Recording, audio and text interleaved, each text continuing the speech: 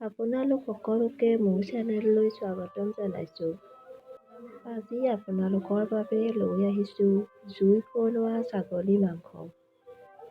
ছাগলী মাংস সকলোৱে বেলেগ বেলেগ ধৰণে বনায়। মই একেবাৰে থলুৱাভাৱে বনাইছোঁ। তেন্তে আহকচোন চাওঁ মই কেনেদৰে বনালোঁ। ইয়াৰ বাবে মই নহৰু, আদা, পিঁয়াজ, জলকীয়া, তেজপাত, বিলাহী আৰু ধনিয়া পাত কেইটামান লৈছোঁ। এয়া মই মাংস লৈছোঁ আধা কেজি। ইয়াতে মই নহৰু, আদা, পিঁয়াজ, হালধি, সোৱাদ অনুসৰি নিমখ আৰু অকণমান তেল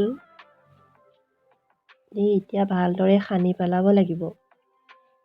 ভালদৰে সানি ধুনীয়াকৈ আধা ঘণ্টা সময় ৰাখিব লাগিব। এয়া দেখিছে মোৰ কেৰাহীত তেল গৰম হৈ আছিলে। এতিয়া মই ইয়াতে পিঁয়াজ দিলোঁ, তেজপাত এইখিনিও দি দিম লগতে। নহৰু আদাখিনি দিওঁ। এতিয়া মই ভালদৰে লৰাই আছোঁ। যিহেতু মাংসটো মই জুইত বনাইছোঁ সকলোৱে দেখিছে। জুইত বনোৱা মাংসৰ টেষ্টেই বেলেগ। এতিয়া ইয়াতে মই মছলাখিনি এড কৰি দিছোঁ। মছলা মই বেছি ইউজ কৰা নাই। পিঁয়াজখিনি ৰঙচুৱা হ'লত এতিয়া মই মাংসখিনি দি দিছোঁ।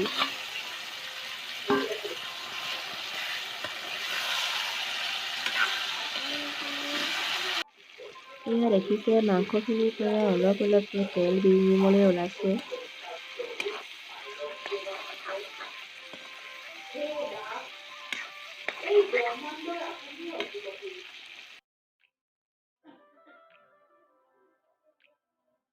ছাগলী মাংসখিনি মই বইল কৰা নাছিলোঁ যিহেতু মাংসখিনি সৰু সৰু হয়।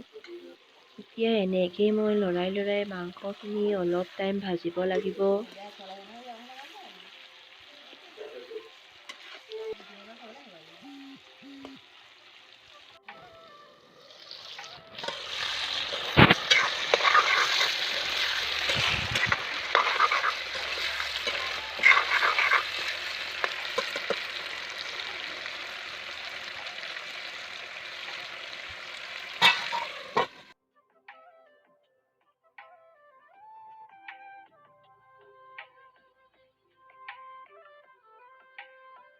এয়া দেখিবলৈ পাইছে মাংসখিনিৰ পৰা তেল ওলাব ধৰিছে। এতিয়া মই ইয়াতে কাটি থোৱা বিলাহীখিনি দিব লৈছোঁ।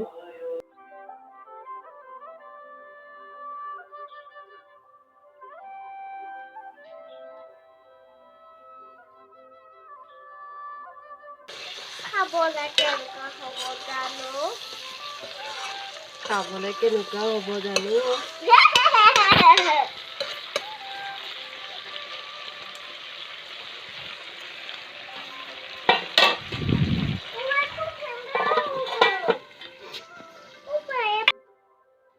মাংসখিনি ধুনীয়াকৈ ভজা হৈ গৈছে। এতিয়া মই কাটি থোৱা আলুখিনি দি দিছোঁ।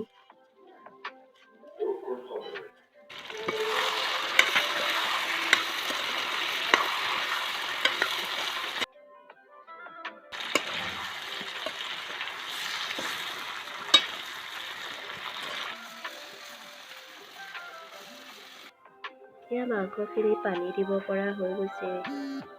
এতিয়া ইয়াতে মই পানী অলপ দিছোঁ। অলপ অলপকৈ মাংসখিনি মই সিজাই ল'ম। আধা ঘণ্টাৰ পিছত চাইছোঁ মাংসখিনি উতলিব ধৰিছে।